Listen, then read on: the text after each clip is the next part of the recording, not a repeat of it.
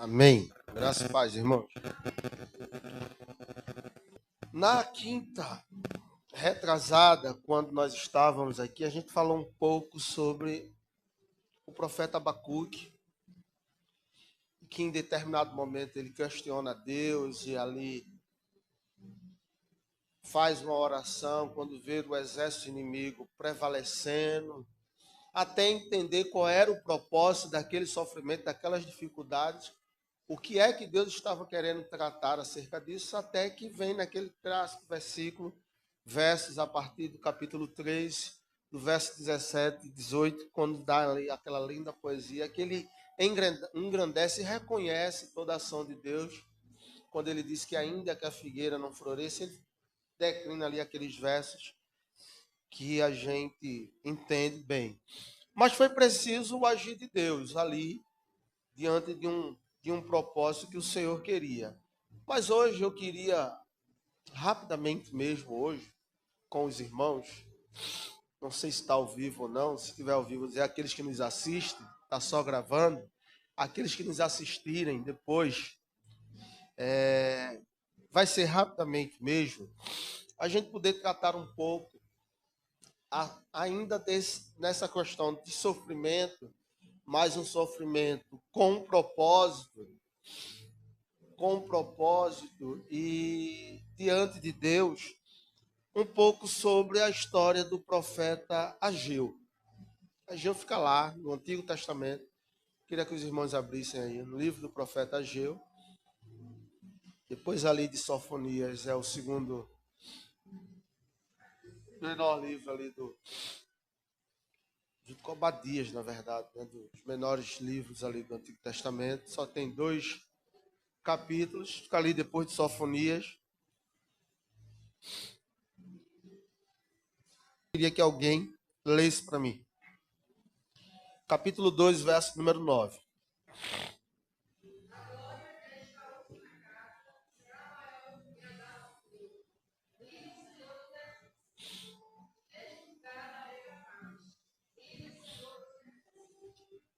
Alguém lembra desse verso? Já ouviram? Já ouviram aqui na minha direita?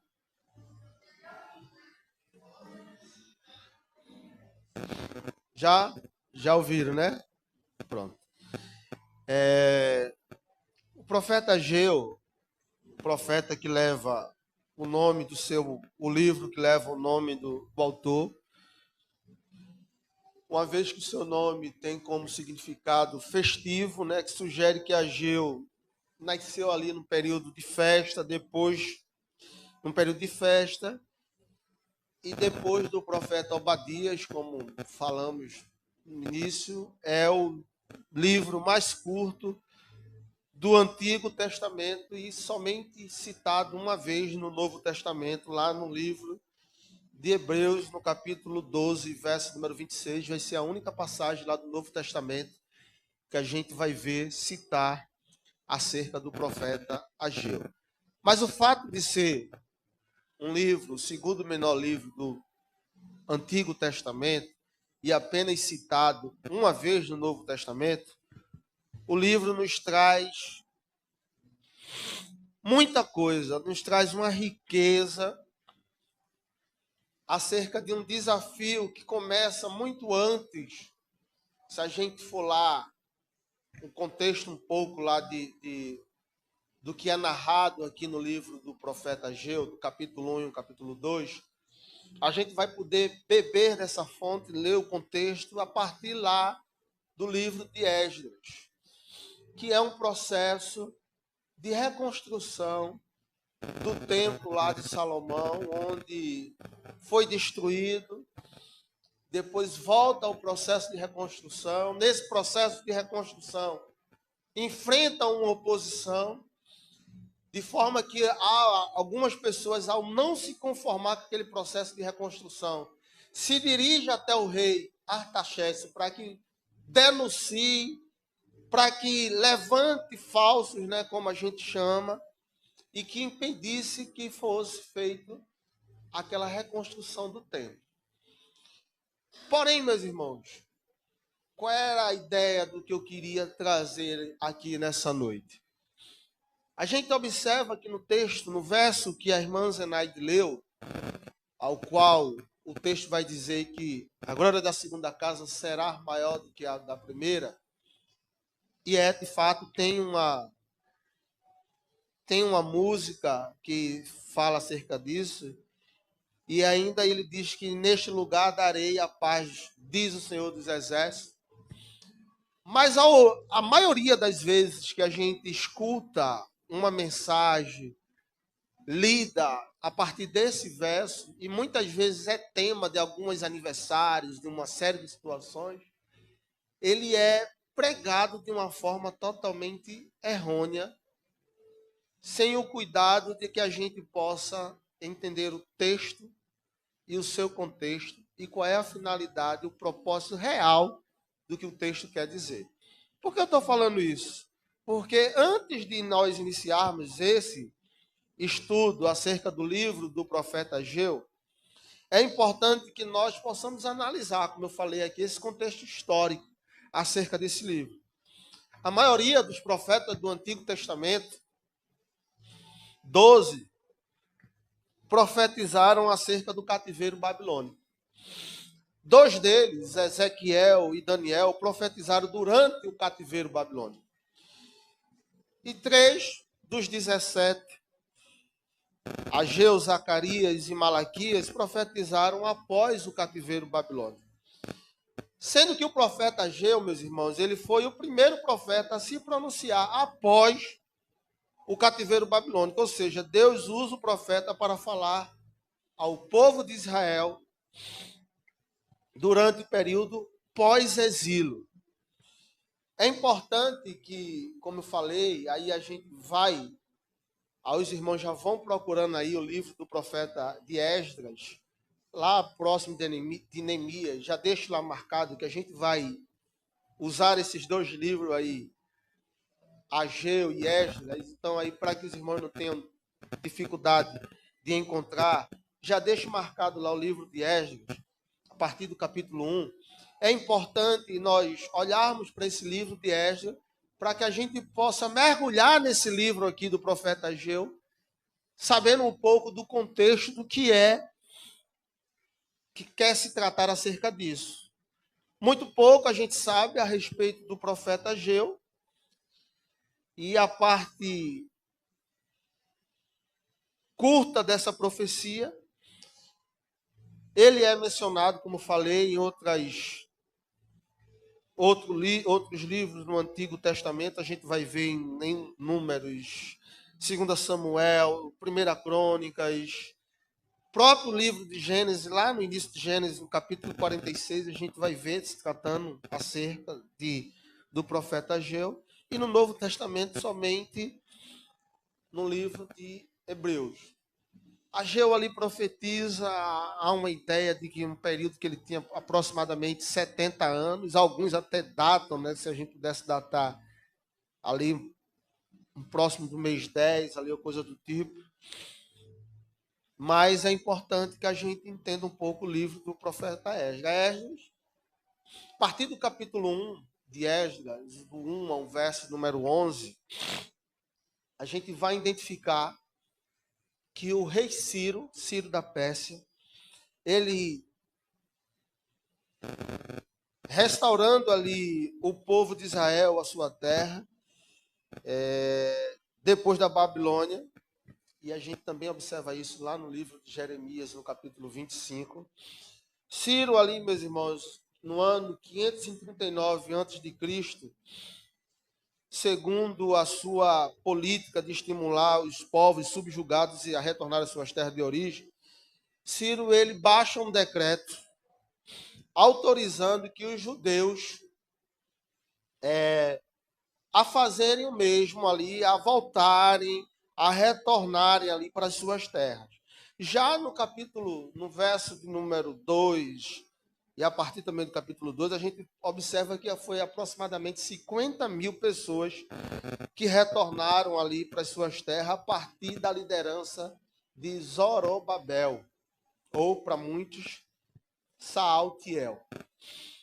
No capítulo 3 de Esdras, isso aí no 2, no capítulo 3, a gente observa que Esdras nos mostra que os alicerces do templo foram lançados e houve uma grande festa entre os judeus.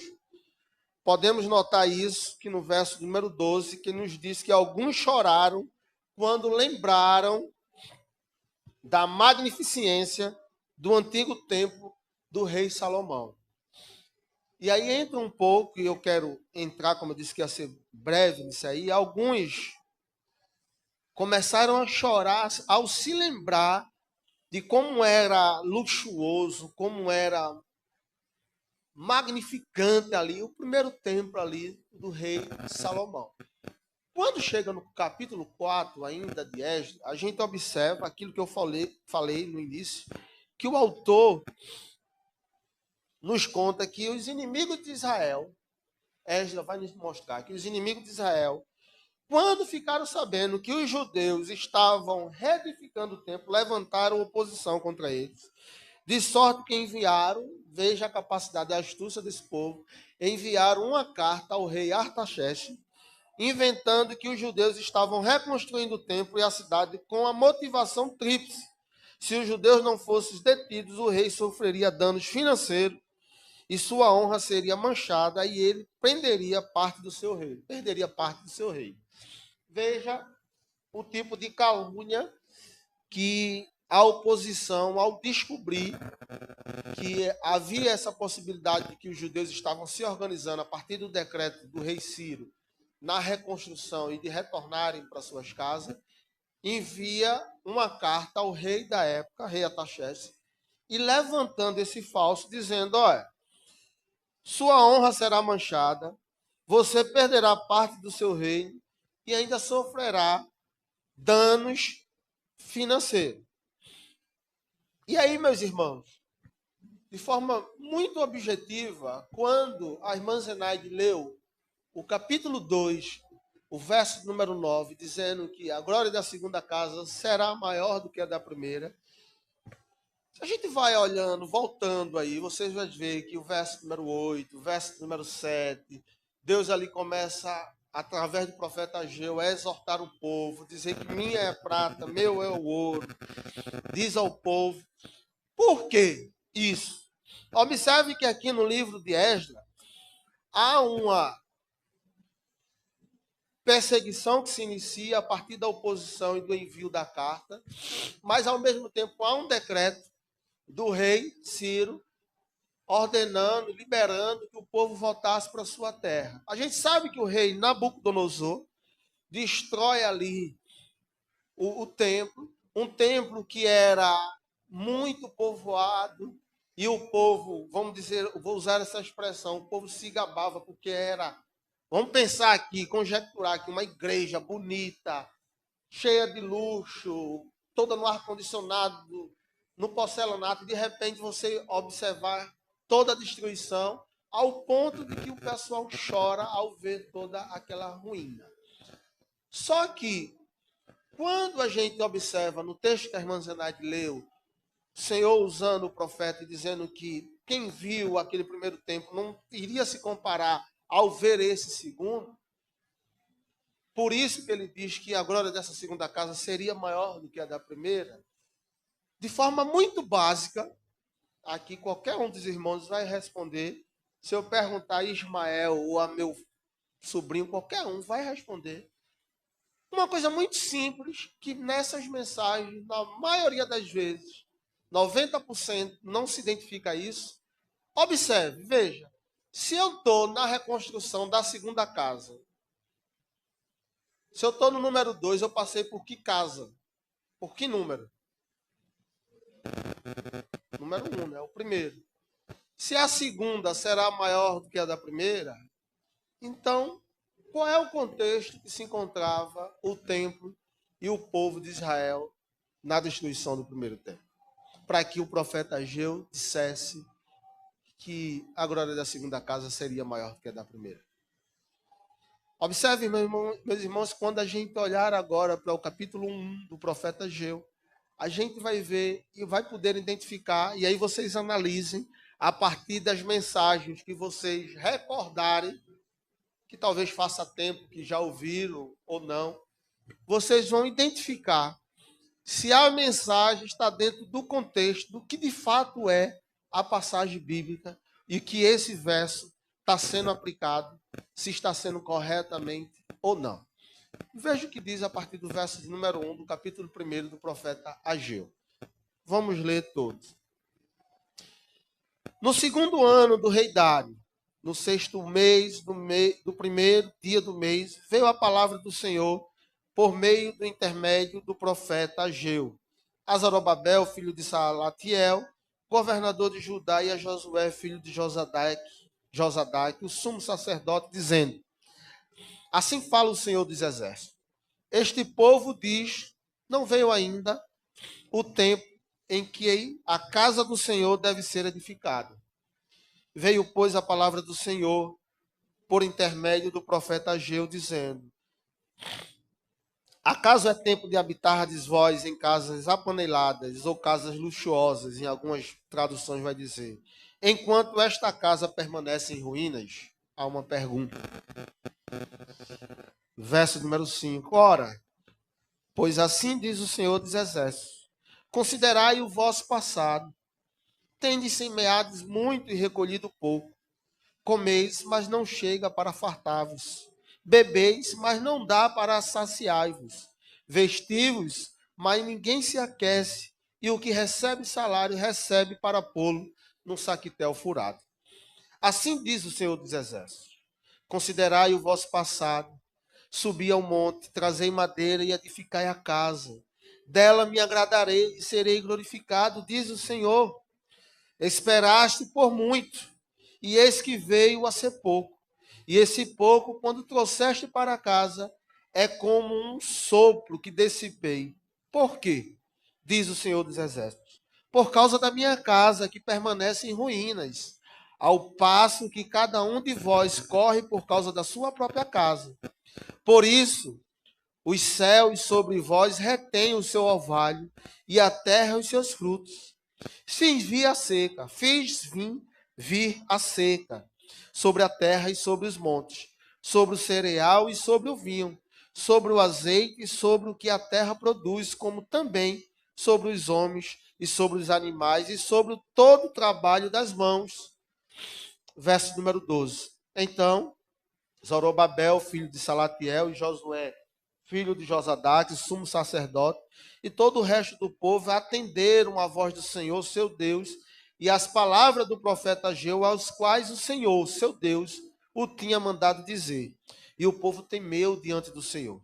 Então Ageu, o enviado do Senhor, falou ao povo segundo a mensagem do Senhor, dizendo: eu sou convosco, diz o Senhor. O Senhor despertou o espírito de Zorobabel, filho de Salatiel, governador de Judá, e o espírito de Josué, filho de Josadaque, o sumo sacerdote, e o espírito do resto de todo o povo. Eles vieram e se puseram ao trabalho na casa do Senhor dos Exércitos, seu Deus, ao 20º dia do mês, ao 24º dia do 6º mês. Até aí. Olhando para o verso número 9, ao qual a irmã Zenaide leu, e aqui a gente caminhando ainda sem a gente detalhar verso a verso aqui, expor verso a verso aqui, esses 13 versos, né, que nós lemos, os 15 versos. Pegando a leitura do verso que a irmã Zenaide leu, na maioria das mensagens, ou acho que a gente recorda, de que já ouvirmos, ou talvez não ouvirmos, possa ser que não ouvirmos. Vocês acham, aqui eu vou perguntar, nas que vocês recordam, que tem coerência, tem ligação, a história com a aplicação da maioria das mensagens, que é extraída a partir desse verso número 9 do capítulo 2, quando diz que a glória da segunda casa será maior do que a da primeira? Veja bem, irmãos, a partir do verso do capítulo 1 que nós lemos, aí eu vou fazer uma outra pergunta aqui para os irmãos. Eu sei que hoje eu estou bem arranhado aqui na leitura, mas os irmãos podem ir lendo. A partir do capítulo 1, daquilo que nós lemos, o que está escrito aí no capítulo 1. O que é que os irmãos entendem aí desse capítulo 1 do profeta Ageu? Eu agora vou perguntar. Vou esperar primeiro voluntariamente, mas eu vou perguntar a todo mundo. O que é que os irmãos entendem aí desse capítulo 1? A gente vai ver a resposta dessa sua fala aí no capítulo 2. Nos versos que antecedem o versículo 9, que é justamente, você está corretíssimo o que você está falando, e é justamente essa resposta do Senhor para o povo, dentro do que você está falando, que a prosperidade, a beleza do templo não estava no que eles viram. E por isso que ele pede para que faça a comparação. Quem viu primeiro não vai reconhecer de forma alguma, vai ver a diferença. Por que isso? E aí vamos agora, nesses 19 minutos, tentar encaminhar aqui. Bem, irmãos, qual é a comparação que eu digo, porque eu já ouvi muito isso, e a gente via muito isso quando saía com a banda, pelo menos alguns aqui não vai ver, porque isso se dá muito nas igrejas pentecostais, neopentecostais, tema de campanha, de não sei o quê, de não sei o quê. A glória da segunda casa será maior do que a primeira, e o fogo é na canela. Mas, irmãos, a maioria é totalmente fora de contexto. Se a gente veja, a gente leu alguns versos até o centro da mensagem aqui é que o povo, sabe quanto tempo passou para voltar à reconstrução do templo? Alguém lembra aqui? Foram 16 anos o templo lá parado, destruído, arruinado. Por quê? Porque o povo, o que Lu acabou de ler aí, que Mateus, o que eu queria fazer essa ligação, é porque as prioridades começou a ser invertida. Veja que quando a gente olha aqui, e Deus ali, junto com Zorobabel, aí usa ali Zorobabel, Josué, Ageu, para exortar, animar, encorajar o povo, porque a prioridade do povo já não era mais a obra. Foram 16 anos, alguns autores, eu já estava vendo um pouco de Russell Shedd dizendo isso, John MacArthur, que recentemente faleceu, algumas pessoas começaram a dar desculpa para justificar a ausência, porque o templo ficaram 16 anos parado. E aí veja que o próprio povo, a partir no verso número 2, vai dizer, ainda não é tempo. Veja o que diz o verso número 2 do capítulo 1. Assim fala o Senhor dos Exércitos. Este povo diz, não veio ainda o tempo em que a casa do Senhor deve ser edificada. Se passaram 16 anos e o povo ainda dizia, o comodismo, o povo ainda dizia, não, ainda não chegou o tempo não. E o Senhor diz aqui, ó, esse povo diz que ainda não chegou o tempo. São 16 anos. Mas não chegou o tempo. Aí ele faz aqui, ó, veio pois, verso número 3, veio pois a palavra do Senhor por intermédio do profeta Ageu dizendo, acaso, veja a pergunta, e a gente vai ver com interrogação no verso número 4, acaso é tempo de habitardes em vós em casas apaneladas. Alguém diz outras casas luxuosas, algumas traduções, conforto, luxuosa. Vamos lá, vou ver aí. Ó. Acaso é tempo de habitardes vós em casas luxuosas, enquanto esta casa permanece em ruínas? Veja a pergunta do Senhor. Vamos pensar aqui, ó, Irã. Está 16 anos essa obra aqui parada, o templo destruído. Tu diz que ainda não chegou o tempo de reconstruir o meu templo. Deixa eu te perguntar. Eu estou aqui conjecturando, eu estou me citando como exemplo. É tempo de tua casa aí, tá toda no porcelanato, toda, enquanto a minha está destruída? É uma pergunta. Verso número 4. É tempo de vocês estarem em casas luxuosas.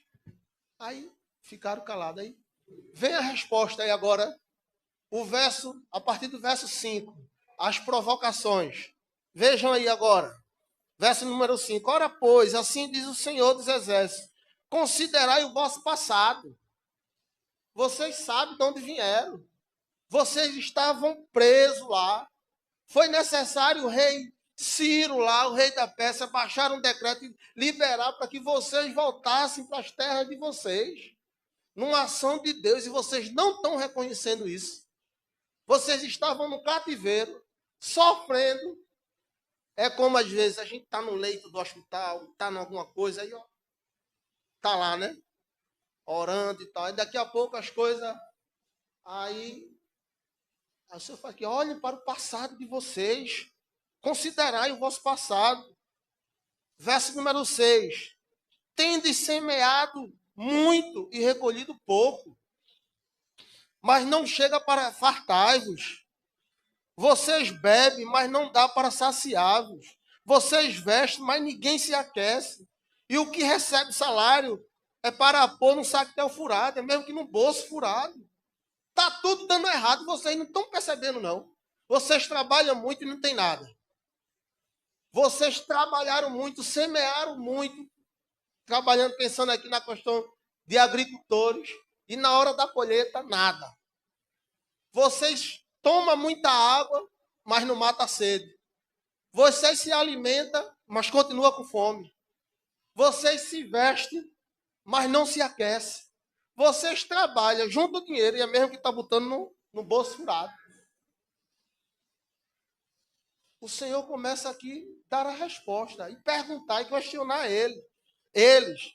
Aí veja o verso número 7. Assim diz o Senhor dos Exércitos: considerai o vosso passado. Novamente, repete pela segunda vez: subi ao monte, trazei madeira à casa dela. Subi ao monte, trazei madeira e edificai a casa. Dela me agradarei e serei glorificado, diz o Senhor. Começa por aqui, ó, o outro templo. Muito luxo, tudo isso. O templo foi destruído, o povo ficou preso. Foi liberado a partir de um decreto.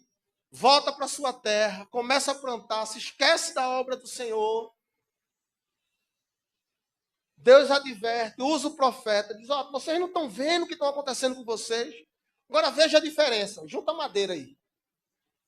Sobe com um monte de madeira. Começa a construir minha casa e lá eu me alegrarei.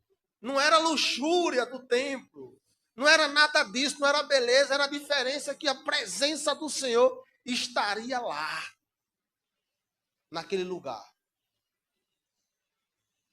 Não era outra coisa. É o que Isaías falou, a prosperidade. Não era nada disso. Não era medição da gente por um porcelanato, que não, ninguém está dizendo que seja ruim a gente ter um ar-condicionado, ter condições, tudo isso é bom. Mas o grau de prosperidade, de espiritualidade, não deve ser medido a partir disso. Mas sim pelo que o Filipe falou, no zelo da palavra, de uma igreja envolvida, numa igreja influente na sociedade, numa igreja que zela pelos seus cultos de doutrina, pelo ensino da palavra, pela escola dominical, por missões. Uma igreja que investe. Isso sim é uma igreja próspera na sociedade. E esse tipo de prosperidade dificilmente vai ser atraente. Dificilmente a gente vai ter esses bancos aqui cheios numa geração que a gente vive. Aí o Senhor diz: ó, só subir, levai madeira. Verso número 9 do capítulo 1. Esperaste o muito, e eis que veio a ser pouco. E esse pouco, quando trouxeste para casa, eu com um sopro dissipei. Por quê? Por quê? O Senhor dissipou. Não foi ninguém. Ele está dizendo que ele mesmo. Vocês esperou muito, mas ele com um sopro.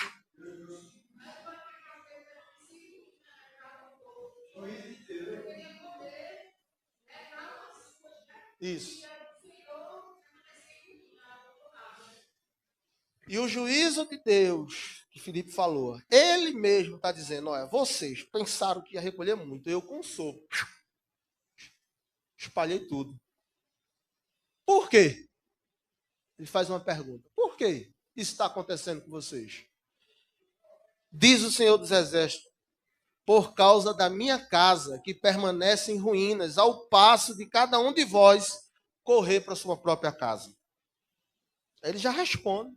A prioridade tinha sido invertida. A prioridade não era a obra. A prioridade não era a casa do Senhor. Eram os seus interesses individuais. Ninguém está dizendo aqui que a gente sempre fala de viagem, de casa, de um carro. Possam ter tudo, se tiver bênção do céu. Eu não estou ainda nem trazendo para o contexto nosso aqui. Mas o que o Senhor está tratando é que o povo deixou de lado. Foram 16 anos parados de justificativas, de desculpa, enquanto a obra lá dele, de um povo que estava preso, que foi liberto com uma finalidade, não estava sendo cumprida. Aí ele diz, eu mesmo, diz assim, sobe, leva madeira, que vocês vão ver o que é que eu vou fazer. Vocês pensaram muito, eu com o vento dissipei tudinho. Verso número 10. Por isso, os céus sobre vós retêm o seu orvalho, e a terra os seus frutos. Fiz, diz o Senhor, vi a cerca sobre a terra e sobre os montes, sobre o cereal e sobre o vinho, sobre o azeite e sobre o que a terra produz, como também sobre os homens, sobre os animais e sobre todo o trabalho das mãos.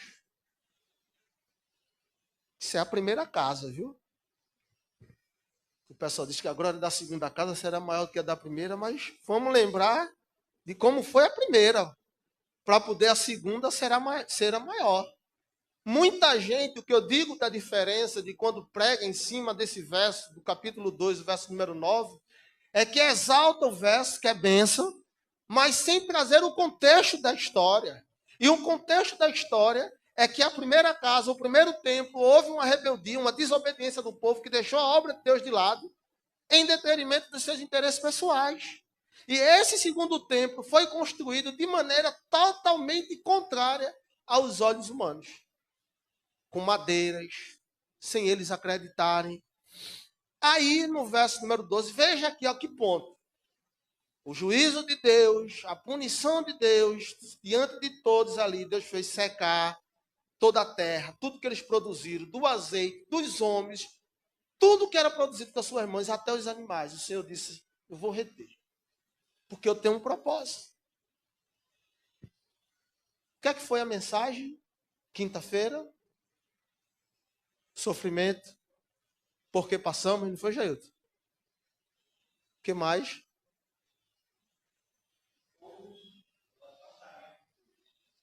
Como a gente supera, né, esse sofrimento? Havia aqui um sofrimento, um castigo, um juízo, um tratamento de Deus. Há quem diga, tem um adágio que muitos falam isso, né, que o Deus que permite essa prova ou essas situações é o mesmo que aprova, que cuida, que ainda que a gente esteja nessa situação, ele se faz presente, ele está conosco lá, nessa luta, nessa batalha. Deus não está nos deixando sozinho ao léu, não. A gente aqui, o Isaías pedia para que a gente orasse, humanamente nos preocupa. Hoje eu estava assistindo Bom Dia, o NE2 agora, o pessoal que trabalha com manga aqui no estado de Pernambuco está extremamente preocupado, porque vai afetar drasticamente isso. Se a festa vai gerar desemprego e toda uma cadeia produtiva vai sofrer um impacto. E às vezes esse impacto a gente pensa que não, está contando a história do Brasil, de Lula, de Trump, Estados Unidos, mas pode afetar um de nós aqui, qualquer um de nós. Começa. Agora a diferença é que a gente sabe que ainda tudo isso, a gente tem um Deus que nos socorre, que está conosco. Em meio a essa situação, e Deus está nesse turbilhão aí do que a gente está vivendo, Deus está no controle. É o Deus que vai prover as nossas necessidades, a minha e a necessidade de cada um. Seja qual for o vale que a gente esteja ou a gente passará, o que a gente nunca pode duvidar é que Deus estará conosco. Ele está e estará em todo momento, segurando e caminhando lado a lado conosco, seja qual for o cenário. E aí ele diz a partir do verso número 12. Então Zorobabel, filho de Salatiel, filho de Josadac, sumo sacerdote e todo o resto do povo, atenderam a voz do Senhor, seu Deus, e as palavras do profeta Ageu, as quais o Senhor, seu Deus, o tinha mandado dizer. E o povo temeu diante do Senhor. Faltava temor. O povo não acreditava, achava que... É quando muitas vezes a gente fala aqui nas pregações, todos aqueles que usam o púlpito, esse microfone, está cansado de falar e vocês... Nós não fomos salvos porque nós merecíamos ou somos bonzinhos. O que nós merecíamos, todos nós éramos a condenação eterna. Aprove a Deus, num ato de misericórdia, a partir da sua graça, nos salvar e nos livrarmos da sua ira no juízo final. Não é porque ninguém aqui era bom, nem eu, nem ninguém. O que cada um de nós aqui merecíamos era a condenação eterna, o inferno. Mas Deus, mediante a sua misericórdia, através da obra salvífica do seu Filho na cruz do Calvário, nos libertou, nos tirou do lamaçal do pecado, nos deu uma veste nova para nos livrarmos da sua ira no dia do juízo final. É por isso que o profeta Malaquias vai dizer, ai daqueles. Naquele dia vocês verão a diferença dos que servem a Deus e dos que não servem a Deus. Daqueles a qual o Senhor escolheu e daqueles que não foram escolhidos por Deus. Não é que nós merecíamos isso. E aí o povo aqui entendeu, temeu ao Senhor, porque faltava temor. Verso número 13. Então Ageu, o enviado do Senhor, falou ao povo segundo a mensagem do Senhor, dizendo, eu sou convosco, diz o Senhor. Em meio a tudo isso, essa desobediência, Deus começa a tratar o povo, mas aqui ele diz assim, eu estou tratando, estou te moendo, tu estás vendo o que está passando? Eu sou convosco. Ei, meu irmão, minha irmã, está difícil? Aí Deus diz assim, eu sou convosco.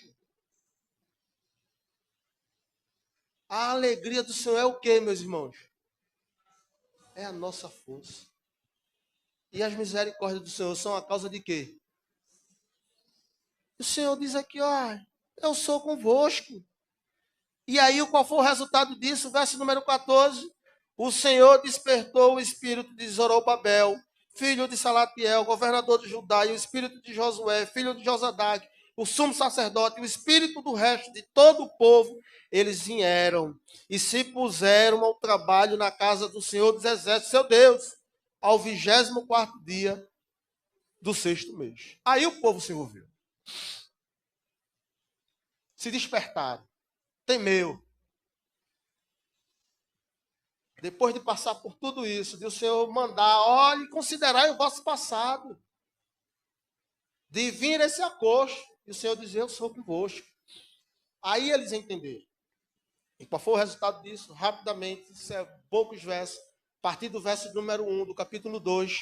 No 2º ano do rei Dário, no 7º mês, no 21º do mês, veio a palavra do Senhor por intermédio do profeta Ageu, dizendo, fala agora, Zorobabel, filho de Salatiel, governador de Judá, e Josué, filho de Josadaque, o sumo sacerdote, ao resto do povo, dizendo, quem dentre vós que tenha sobrevivido contemplou esta casa na sua primeira glória?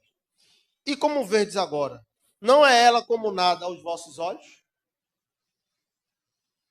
O Senhor pergunta aqui ao povo, quem aqui que sobreviveu, que viu o templo lá de Salomão, o primeiro templo, aos olhos de vocês, não é nada? Vou conjecturar aqui, viu, irmãos? O Senhor disse aqui no capítulo 1, mandou o povo subir madeira, né? Sobe aos montes, levai madeira e vê o que eu vou fazer e lá eu serei glorificado. O Senhor diz agora, depois do povo se juntar e começar a trabalhar a partir do que o Senhor tinha dito, o Senhor diz agora aqui, quem de vocês que viram o primeiro templo, estão vendo esse agora? Não é nada, né? Aos olhos. Madeira, não está o luxo, não está aquela beleza e tal. Verso número 4. Ora, pois, se for ser forte, Zorobabel, diz o Senhor, e ser forte, Josué, filho de Josadaque, o sumo sacerdote, e tu, todo o povo da terra, ser forte, diz o Senhor, e trabalhai, porque eu sou convosco, diz o Senhor dos Exércitos. Segundo a palavra da aliança que fiz convosco, quando saíste do Egito, o meu espírito habita no meio de vós. Não temais, porque assim diz o Senhor dos Exércitos: ainda uma vez, dentro pouco, farei abalar o céu e a terra e o mar, e a terra seca. Farei abalar todas as nações, e as coisas preciosas de todas as nações virão, e encherei de glória esta casa, diz o Senhor dos Exércitos. Minha é a prata, meu é o ouro, diz o Senhor dos Exércitos, porque a glória desta última casa será maior do que a primeira, diz o Senhor dos Exércitos. E neste lugar darei paz, diz o Senhor dos Exércitos. Havia uma diferença, irmãos. E essa diferença não era na questão aos olhos humanos. Não era na questão material. Se fosse na questão material, o Senhor diz aqui, ó, quem viu o primeiro não vai reconhecer esse segundo aqui em nada. A diferença é que nesse agora é eu. É eu que estou no controle, é eu que estou convosco. O negócio foi comigo, o controle está comigo, é eu. E nesse lugar que aos olhos humanos vocês não dão nada, vou trazer aqui agora, aplicando para dentro de um contexto muito nosso. Está vendo aquela igreja que muitas vezes todo mundo passa na rua Reverendo, não dá nada, simples, que às vezes está cheio de mato na frente da igreja e tal, é assim, que muita gente mandou fechar a igreja, voltar a ser congregação, que passaram o muro, quando a palavra do Senhor vai dizer que a gente deve largar as tendas, mas é nesse lugar que eu habito, que eu restauro o casamento, que eu curo, que eu salvo, que eu abro porta, que eu fecho porta, porque nesse lugar eu estou presente e a igreja é minha. A igreja não é do pastor Jaelson, não é de homem, nem de mulher nenhuma, a igreja é do Senhor e o cabeça é Ele. E ele diz que a igreja é a sua noiva.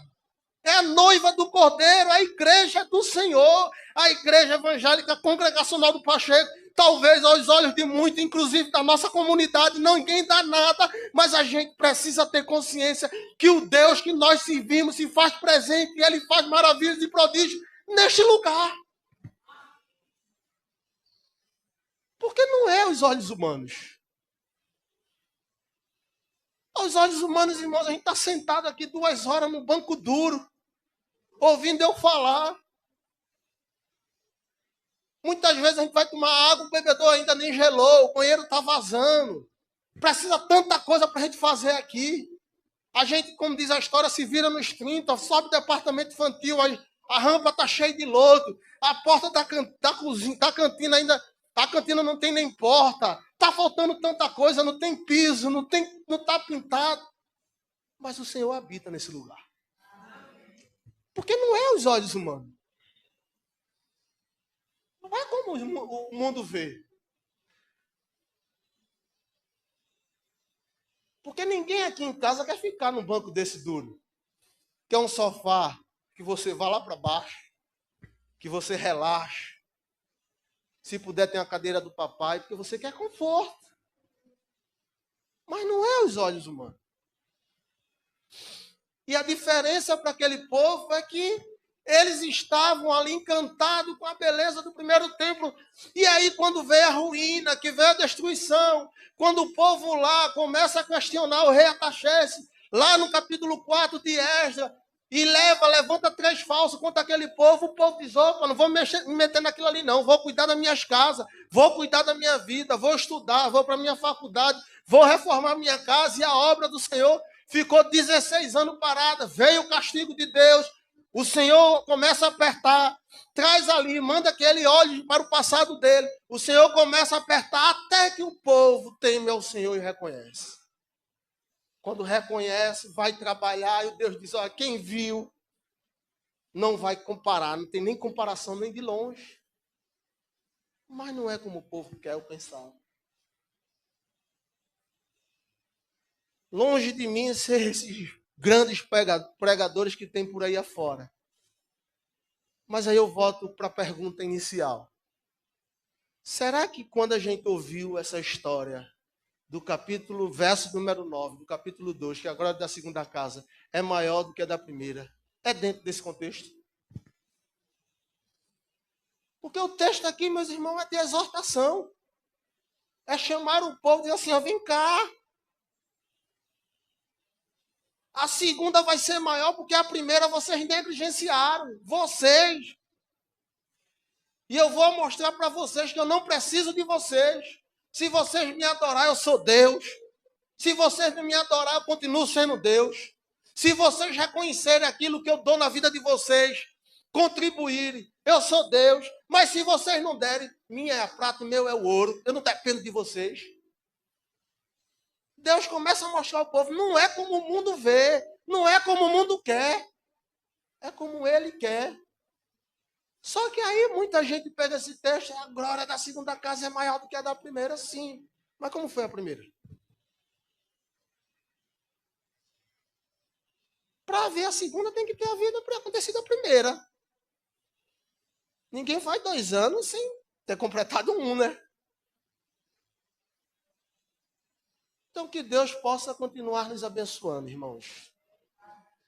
Que a gente possa olhar para nossa caminhada cristã, para nossa igreja, não com esses olhos humanos, mas com o olhar do Senhor, com muito temor e tremor, entendendo que o Deus que nós servimos se faz presente nesse lugar. Se nós estamos precisando engatar, reorganizar a nossa caminhada, que nós possamos nos reorganizar como o povo se reorganizou. Que a gente possa inverter as nossas prioridades, se a prioridade não está sendo o Senhor. Para que a gente não precise passar por essa turbulência que esse povo passou, para o bem deles. Que a Bíblia vai dizer que Deus corrige aquele que ele o quê? Ama. Então foi necessário comer e não se saciar, beber e continuar com sede, plantar e não colher, trabalhar, juntar dinheiro e ser mesmo que está botando um saco furado, para que eles viessem a entender essa necessidade. Então não é preciso. Se a gente tiver como fazer o caminho, se reorganizar, não esperamos passar por esse cenário para que a gente mude a rota da nossa vida. Eu tenho dito muitas vezes aqui na minha pregação, repetido essa palavra. Nós não podemos terceirizar aquilo que Deus quer para a nossa vida. O meu chamado, o chamado de cada um aqui, não pode ser terceirizado. Como é terceirizar? Isaías está fazendo. Mas tem coisas que quem tem que fazer, o chamado é para Isaías fazer. E ele sabe que é para ele fazer. Mas a gente entra no comodismo. Eu citei o exemplo aqui. Disse, imagina se eu fosse querer cantar no Ministério de Louvor, tendo Isabela, Lourdiane, André, Michael e outros irmãos aqui. Quem está no perfil do ministério aí? Da obra? É eu ou eles aqui no louvor? Então, quem tem, não terceiriza o seu chamado. Nenhum irmão aqui não terceiriza o seu chamado. Porque senão o Senhor vai cobrar. Se já não estiver cobrando. O Senhor lhe chamou para a palavra, se dedique na palavra. Estude. Ah, está com dificuldade na internet. Grite na igreja. Ah, estou com dificuldade, a minha Bíblia rasgou, estou sem condições de comprar um livro. Grite na igreja, peça ajuda. Certamente Deus usará irmãos e irmãs para que o seu ministério, aquilo que Ele quer para a sua vida, não seja parado por conta disso. Tem muita coisa para a gente fazer. E eu digo que a gente tem muito material humano para isso. Mesmo a gente sendo uma igreja aos olhos humanos, pequena ou coisa do tipo. Quem tem professores, enfermeiros, profissionais das mais diversas áreas. O pastor sai de férias, tem pastor aí que tem a maior agonia. O pastor divide o púlpito aqui da igreja. Tem pastor que prega os 4 domingos, não é porque eles querem a centralidade do púlpito, não é porque ele não tem opção. Aqui a gente tem homens, mulheres, jovens aí, que já está aí dando reflexão. É só a gente observar os momentos jovens, que é uma reflexão. E a gente tem isso. Potencial para isso. Só que muitas vezes a gente terceiriza aquilo que Deus quer para a nossa vida. Que Deus nos abençoe, meus irmãos.